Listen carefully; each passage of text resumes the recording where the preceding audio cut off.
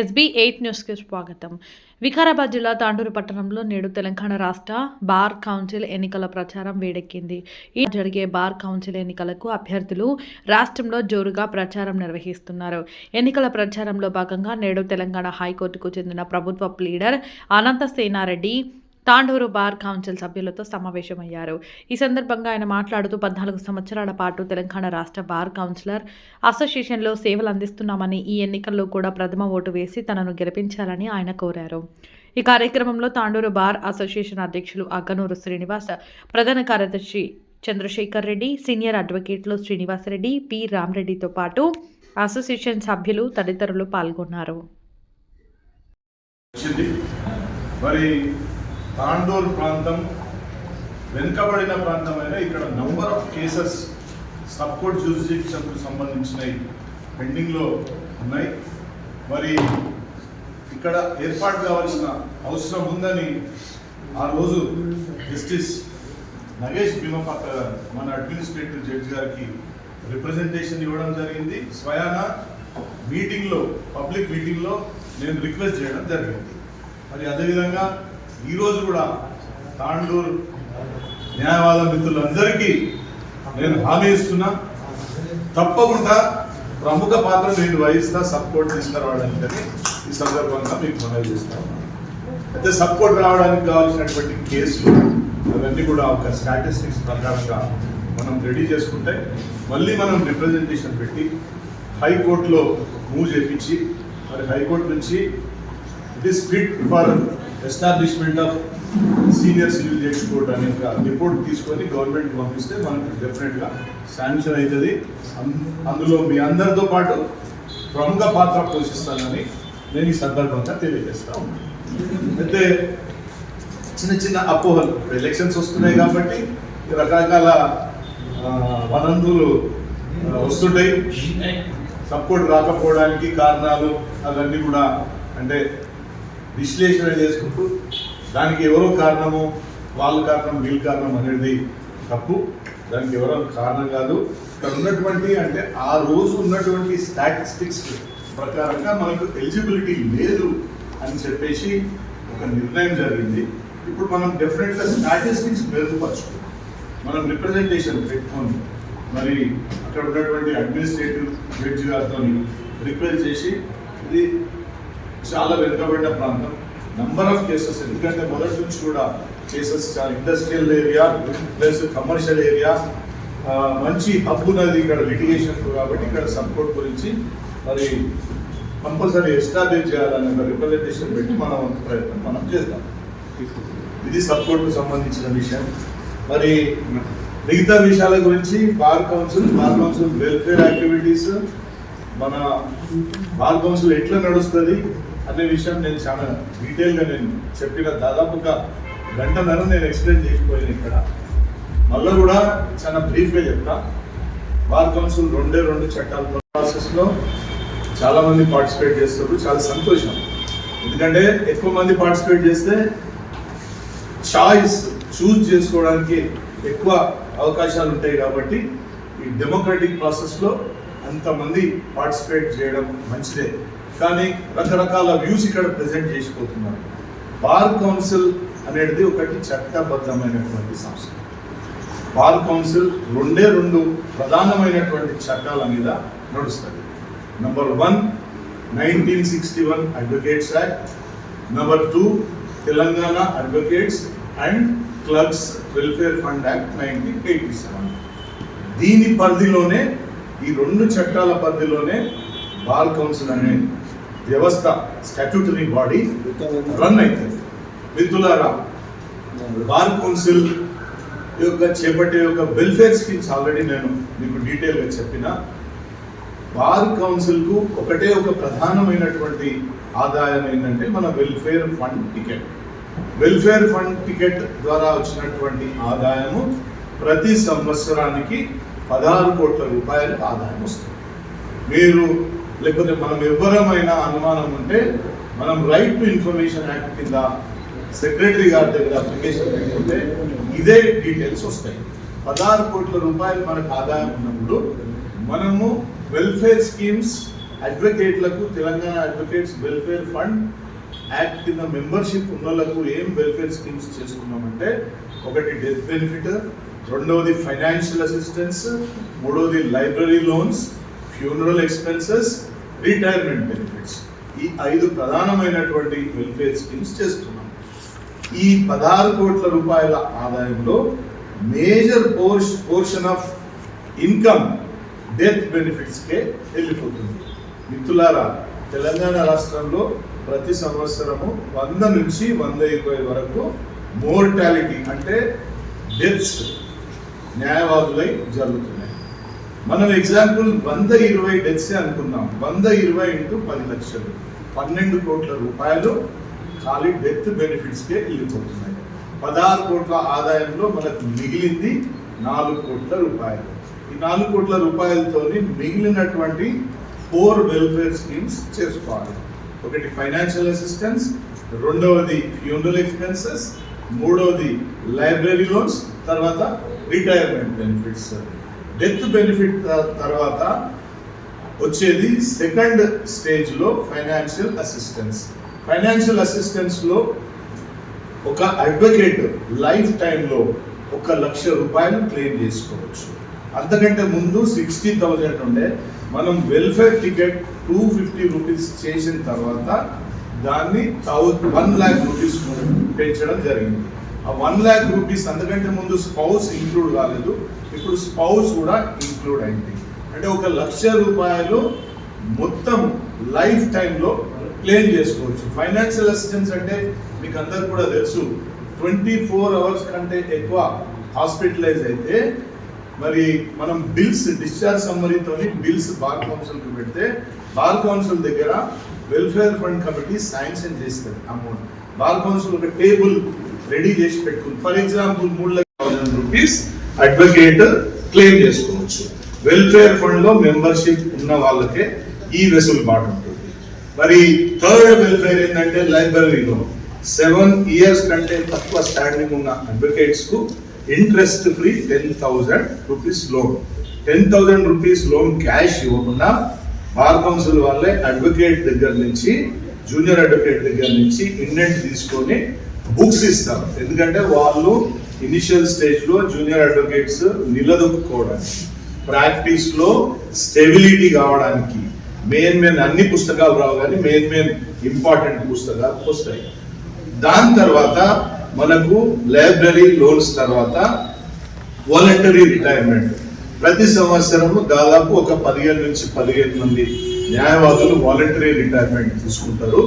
మరి voluntary retirement అనేది death benefit లో, ఇప్పుడు మనకు డెత్ బెనిఫిట్ 10 lakhs ఉంటే 50% ఇస్తారు. ఎవరికి అంటే 30 years పైన ప్రాక్టీస్ చేసినటువంటి న్యాయవాదులకు మాత్రమే ఎలిజిబిలిటీ. వాళ్ళు సరెండర్ చేయాలి సర్టిఫికేట్ సరెండర్ చేసి మేము ప్రాక్టీస్ చేయమని చెప్తే 10 lakhs లో 50% 5 lakhs వాళ్ళకు వాలంటరీ రిటైర్మెంట్ ఇస్తారు. ఇంకా మిగతా ఫెసిలిటీస్ ఏమున్నాయి. ఫ్యూనరల్ ఎక్స్పెన్సెస్ అంటే ప్రతి డెత్ క్లెయిమ్ కు 10 లక్షల రూపాయలు 20,000 రూపీస్ ఫ్యూనరల్ ఎక్స్పెన్సెస్ ఇస్తారు. Bar council of India fund నుంచి కూడా ఒక 30,000 రూపాయలు వస్తాయి. ఇవి మనం వెల్ఫేర్ స్కీమ్స్ చేసుకునేవి. 16 కోట్ల రూపాయలు ఆదాయం వస్తే ఇంచుమించు 16 కోట్ల రూపాయలు ఖర్చు ఉన్నది. 12 కోట్ల రూపాయలు మనకు డెత్ బెనిఫిట్ కే అవుతుంది. 2.5 crores ఫైనాన్షియల్ అసిస్టెన్స్ కి వెళ్ళిపోతుంది. లైబ్రరీ లోన్స్ కు ఒక 50-60 లక్షలు వెళ్ళిపోతుంది. తర్వాత ఫ్యూనరల్ ఎక్స్పెన్సెస్ కు ఒక 20-30 lakhs పోతుంది. ఏమన్నా ఒక 30 lakhs 40 lakhs మిగిలిస్తే ఫిక్స్డ్ డిపాజిట్ లో తెలంగాణ అడ్వకేట్స్ వెల్ఫేర్ టికెట్ తోని వేరే ఖర్చు ఇన్వెస్ట్మెంట్ అది ఇది చేయడానికి కాదు, ఫిక్స్డ్ డిపాజిట్ నేషనలైజ్ బ్యాంక్ లో పెడుతుంది. మనకు ఉన్నటువంటి ఫండ్ ఇప్పుడు Telangana advocates welfare fund act కింద మన వెల్ఫేర్ ఫండ్ 13.5 కోట్ల రూపాయలు ఉంది. ఉమ్మడి బార్ కౌన్సిల్ విభజన జరిగినప్పుడు మనకు 11 కోట్ల రూపాయలు మనకు వచ్చింది. మిత్రులారా, ఇది బార్ కౌన్సిల్ యొక్క పరిస్థితి. మరి ఇటువంటిప్పుడు మనకు చాలా కోరికలు ఉంటాయి. మనం 20 లక్షలు కావాలని ఉంటుంది, 50 లక్షలు కావాలని ఉంటుంది. చాలా మంది మిత్రులు మన దగ్గరికి వచ్చి ప్రెజెంటేషన్స్ చేసిపోతున్నారు. తప్పేం లేదు. అంటే వాళ్లకు బహుశా తెలుగుగా వాళ్ళు మాట్లాడుతుండొచ్చు. As a senior bar council మెంబర్గా నేను 2012 నుంచి మెంబర్గా పనిచేస్తున్నా కాబట్టి వెల్ఫేర్ ఫండ్ కమిటీలో నేను ట్రెజరర్ను. వెల్ఫేర్ ఫండ్ కమిటీ అనేది ఒక ఆషామాషి కమిటీ కాదు. అందులో chairman of bar council will be the head of the welfare fund committee. Advocate general ఒక మెంబర్ ఉంటాడు, రిజిస్ట్రార్ జనరల్ ఆఫ్ హైకోర్టు ఒక మెంబర్ ఉంటాడు, లా సెక్రటరీ ఆఫ్ ది గవర్నమెంట్ ఒక మెంబర్ ఉంటాడు, ముగ్గురు సీనియర్ బార్ కౌన్సిల్ మెంబర్స్ ఉంటారు. ఆ ముగ్గురులో నేను అందులో ట్రెజరర్ గా 7 years పనిచేసినాను. అదేవిధంగా డిసిప్లినరీ కమిటీ చైర్మన్ గా కూడా నేను పనిచేసినాను. నాకున్నటువంటి వివిధ హోదాలలో ఎక్స్పీరియన్స్ బట్టి నాకు నా వెల్ విషర్స్ అందరు కూడా మరొకసారి సీనియర్ బార్ కౌన్సిల్ మెంబర్ గా మీరు ఉన్నారు కాబట్టి మీరు కాంటాక్ట్ చేస్తే మంచిగా ఉంటుందని చెప్పేస్తే ఓకే అని చెప్పేసి నేను బరిలో ఉండి తాండూరుకు రావడం జరిగింది. ఇది 3వసారి మీ మద్దతు కోరడానికి, మీ సపోర్ట్ కోరడానికి, మీ ఫస్ట్ ప్రిఫరెన్స్ ఓట్ కోరడానికి ఇక్కడ రావడం జరిగింది. నేను ఇంతకుముందు చెప్పినట్టు చాలా మంది మన మిత్రులు ప్రెజెంటేషన్స్ ఇస్తా ఉన్నారు, కానీ వాస్తవం ఏంటంటే బార్ కౌన్సిల్ మన సోర్స్ ఆఫ్ ఇన్కమ్ ఏంది, మనం ఖర్చు పెట్టేది ఏంటి అనే దాని మీదనే నడుస్తుంది. గవర్నమెంట్ మనకు డబ్బులు ఇస్తే డెఫినెట్ గా వెల్ఫేర్ స్కీమ్స్ మనం చేసుకోవచ్చు. మిత్రులారా, నేను 2011లో కాంటాక్ట్ చేసినప్పుడు తాండూర్ బార్ అసోసియేషన్కి వచ్చి నేను ఒకటే చెప్పిన, ఎటువంటి ప్రామిసెస్ చేయలేదు. మానిటర్గా అది చేస్తా ఇది చేస్తా అని నేను చెప్పలేదు. నేను అడ్వకేట్స్ అసోసియేషన్స్కు అందరికీ అందుబాటులో ఉంటాను. ఒక ఫోన్ కాల్ మీద రీచ్ అవుతా, నేను సర్వీస్ చేస్తాను, సర్వీస్ ఓరియంటెడ్గా ఉంటా అని చెప్పిన నేను. నాకు బాగా గుర్తుంది, అన్ని బార్ అసోసియేషన్ల నేను అదే మాట చెప్పిన. అదేవిధంగా ఎన్నికైన బార్ కౌన్సిల్ మెంబర్స్ తోని చైర్మన్ తోని కోఆర్డినేట్ చేసుకొని బార్ కౌన్సిల్ పరిధిలోనే నేను వర్క్ చేస్తానని చెప్పిన. గత 10 సంవత్సరాల నుంచి 12 సంవత్సరాల నుంచి అదే విధంగా చేస్తున్నా. ఫ్యూచర్లో కూడా నేను ఏం హామీ ఇవ్వదలుచుకోలేదు.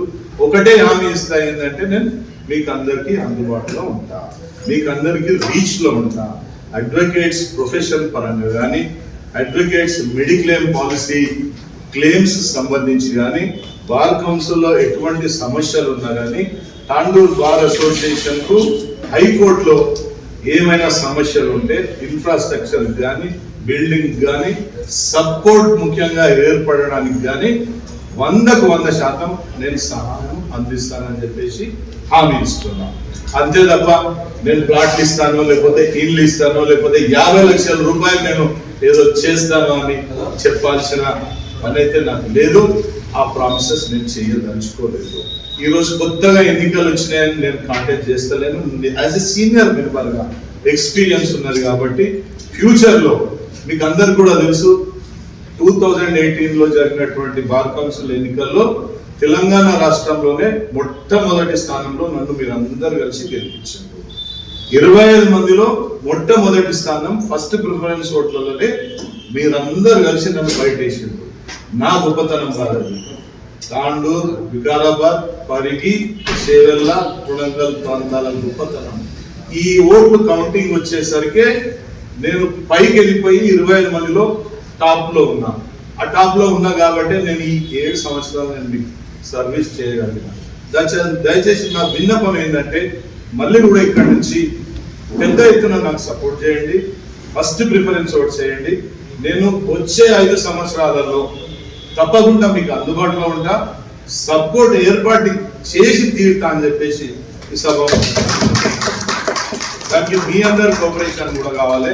ఇక్కడ ఉన్నటువంటి సీనియర్ న్యాయవాదులు, జూనియర్ న్యాయవాదులు అందరం కలిసి మనం పోరాడదాం. నాకైతే 100% నమ్మకం ఉన్నది. మంచి స్థానంలో పోయినసారి గెలిపించినట్టు నన్ను గెలిపిస్తే నేను సీనియర్ మెంబర్లలో నేను 2వ. నాకు మంచి అవకాశం వచ్చే ఛాన్స్ ఉంటుంది. తప్పకుండా ఒక మంచి పొజిషన్ ఉంటే తెలంగాణ హైకోర్టులో మనకు ఒక సే ఉంటుంది. మనకు మంచి అడ్మినిస్ట్రేటివ్ జడ్జి, హైకోర్టు జడ్జెస్కొని ర్యాపో ఉన్నప్పుడు బార్ అసోసియేషన్స్కు కావాల్సిన అన్ని కూడా మనం ఈజీగా ఏర్పాటు చేసుకోవచ్చు. దయచేసి నా రిక్వెస్ట్ ఏంటంటే, ఇక్కడ 100 మంది వస్తున్నారు, 203 మంది మనం కాంటాక్ట్ చేస్తున్నాం. 203 మెంబర్స్. 203 మెంబర్స్లో ఒక 100 మంది అన్న తాండూర్ బార్ అసోసియేషన్కి వస్తారు. మీరు ప్రతి ఒక్కరు వచ్చిన ఎటువంటి వ్యక్తి అనేది మీరు గమనించండి. గత 20 సంవత్సరాల నుంచి 10 సంవత్సరాల నుంచి మీకు ఎవరు సర్వీస్ చేసిండ్రు అనేది ఒకసారి గమనించండి. నా మటుకైతే 2004లో నేను ఫస్ట్ టైం ఇక్కడ ఓట్ ఏమని రిక్వెస్ట్ చేయడానికి వచ్చిన, మీకు తెలుసు నన్ను మీరందరూ కలిసి రంగారెడ్డి జిల్లా, ఉమ్మడి రంగారెడ్డి జిల్లా బార్ అసోసియేషన్ ప్రధాన కార్యదర్శిగా గెలిపించారు. ఆ క్యాంపెయిన్ లో కూడా అప్పుడు 1 vote 1 బార్ లేకుంటే 2004లో పరిగి, తాండూరు, వికారాబాద్, చెవెళ్లకు సంబంధించిన న్యాయవాదులందరికీ ఎల్బీ నగర్ కోర్టులో మెంబర్షిప్ ఉండే. మీ సపోర్ట్ తోనే నేను ఆ రోజు గెలిచిన. మరి 2004 నుంచి ఈ రోజు వరకు ఒకసారి ప్రధాన కార్యదర్శిగా, పబ్లిక్ ప్రాసిక్యూటర్ గా, అదేవిధంగా 2 పర్యాయాలు బార్ కౌన్సిల్ మెంబర్ గా మచ్చ లేకుండా నేను మీకు సర్వీస్ చేసినానని చెప్పేసి నేను మీకు చేతులు జోడించి నమస్కరిస్తున్నా. నేను అనంత్ సేన్ రెడ్డి ఈ డిసిప్లిన్, ఈ ఇంటిగ్రిటీ ఇది వయలేట్ చేసిండు అనే మచ్చ లేకుండా మీకు పేరు తీసుకురావడానికి నేను ప్రయత్నం చేసి నేను సర్వీస్ చేశాను.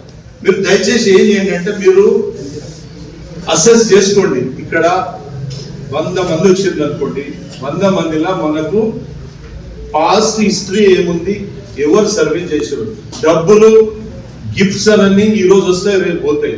అది ప్రధానమైనటువంటి అంశం కాదు. మనకు ఎవరు రెస్పాన్స్ ఇస్తున్నారు, ఎవరితో మనకు సర్వీస్ దొరుకుతున్నది. డబ్బులు అందరం పెట్టవచ్చు, అందరి దగ్గర డబ్బులు ఉన్నాయి, ఎవరు పెడతారు ఎవరు పెట్టరు, అది వేరే విషయం. ఎవరు రెస్పాన్స్ ఇచ్చారు, 15-20 సంవత్సరాల నుంచి ఎవరు సర్వీస్ ఇచ్చారు అనేది మీరు ఒక్కసారి బేరీజ్ వేసుకొని మీరు ఫస్ట్ ప్రిఫరెన్స్ ఓటేయండి. దానికి అంతటి కూడా నేను అర్హుణ్ణి అని నేను భావిస్తున్నా. నాకు అర్హత ఉన్నదని మీరు అందరు భావిస్తే నా రిక్వెస్ట్ ఏంటంటే దయచేసి అందరూ మెజారిటీతో ఫస్ట్ ప్రిఫరెన్స్ ఓటేయండి. మరొక విషయం మాట్లాడిపోతారు. రాజ్యాంగబద్ధమైనటువంటి సంస్థ, చట్టబద్ధమైనటువంటి సంస్థ, statutory body. It is a bridge between high court and bar associations, lower court bar associations. అంటే ఇండివిజువల్ ప్రొఫెషన్ కు సంబంధించినటువంటి స్టాట్యూటరీ బాడీ. మనం అక్కడ ఓత్ తీసుకొని, ప్రమాణం తీసుకొని ఈ రోజు మన బ్రెడ్ అండ్ బటర్ మనం ఎర్న్ చేసుకోగలుగుతున్నాం. అటువంటి సంస్థకు రెస్పెక్ట్ ఉంచాలి, ప్లస్ అక్కడ రెస్పెక్టబుల్ పర్సన్స్ పంపిస్తే హైకోర్టులో మనకు కావాల్సినటువంటి పనులు ఈజీగా జరుగుతాయి. ఒక చీఫ్ జస్టిస్ దగ్గరికి పోయి మాట్లాడేటప్పుడు ఒక విలువైనటువంటి వ్యక్తి లేకపోతే ఒక సమూహం పోతే వాళ్ళు మనకు రెస్పెక్ట్ ఇస్తారు. మీకు అందరు కూడా తెలుసు, బార్ యునైటెడ్ గా ఉంటేనే మనకు జడ్జెస్ కానీ ఉన్నత స్థానంలో ఉన్నటువంటి వ్యక్తులు కానీ మనకే మన పనులు చేసి పెడతారు. బార్ లో డివిజన్ వచ్చినప్పుడు అంటే అక్కడ యోగ్యత లేని మనుషులను మనం పంపించినప్పుడు ఇబ్బందికరమైన పరిస్థితులు ఉంటాయి. దయచేసి నా రిక్వెస్ట్ ఏంటంటే మిత్రులారా, discipline, character, integrity and service ఇవి ఉన్న వ్యక్తులను మీరు అక్కడికి పంపించండి. ఇప్పుడు 1, 2, 3, 4, 5 ఓట్స్ వరకు వేయాలి. కొత్త ఎలక్షన్ రూల్స్ ప్రకారంగా తప్పకుండా 5 ఓట్లు వేయాలి. లేడీ రిజర్వేషన్ వచ్చింది, చాలా మంది కన్ఫ్యూజన్ ఉన్నది, ఒక్క బ్యాలెట్ 2 బ్యాలెట్లు అని. ప్రస్తుతానికి అయితే ఆర్డర్ ఏం లేదు, 2 బ్యాలెట్లు లేవు, ఓన్లీ ఒక్క బ్యాలెటే ఉండే అవకాశం ఉంది. ఒక్క బ్యాలెట్ లో మీకు తెలుసు 30% రిజర్వేషన్. 30% రిజర్వేషన్ లో 5 ఆర్ ఎలక్టెడ్. అంటే 30% రిజర్వేషన్ అంటే 7.5. 7.5 బార్ కౌన్సిల్ ఆఫ్ ఇండియా ఏం చేసింది, 7 అని రిజర్వ్ చేసింది ఉమెన్ కు. 5 ఎలక్టెడ్, 2 కార్పొరేషన్. 7 పోతే 25 మందిలో 18 ఉంటాయి. 18 జనరల్ కేటగిరీలకు వస్తాయి. అందులో లేడీస్ ప్రాసెస్ అంటే మొదలు ఫస్ట్ ఓట్స్ అన్ని కౌంట్ చేస్తారు. కౌంట్ చేసిన తర్వాత total votes, fold oats, valid votes divided by 25 cut off ఉంటుంది. లాస్ట్ టైం 600 ఓట్లు ఉండే, నాకు 716 ఓట్లు వచ్చినాయి. అంటే ఫస్ట్ ఓట్స్ కౌంట్ లోనే నేను 600 దాటి పైకి వెళ్ళిపోయినా. అట్లా ముగ్గురం, నేను, గండమోహన్ రావు, నరసింహారెడ్డి గారు. ఆ తర్వాత ఎలిమినేషన్ ఓటు అని ఎవరికి రాస్తే వాళ్ళకు పోయి ఆ ఓటు పడుతుంది, కౌంట్ అయిపోయింది. అట్లా ఎలిమినేషన్ ప్రాసెస్ లో 18 మెంబర్స్ తీస్తారు. తీసిన తర్వాత మిగిలిన వాళ్ళు ఉంటారు కదా, 203 మైనస్ 18.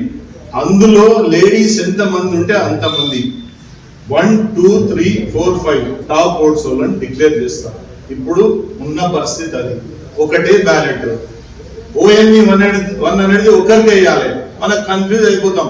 అరే 30% లేడీస్ రిజర్వేషన్ ఉంది కదా, అక్కడ ఒకటి ఇక్కడ ఒకటి వేద్దామని. అట్లా నడవద్దు, ఇన్వాలిడ్ అయిపోతుంది.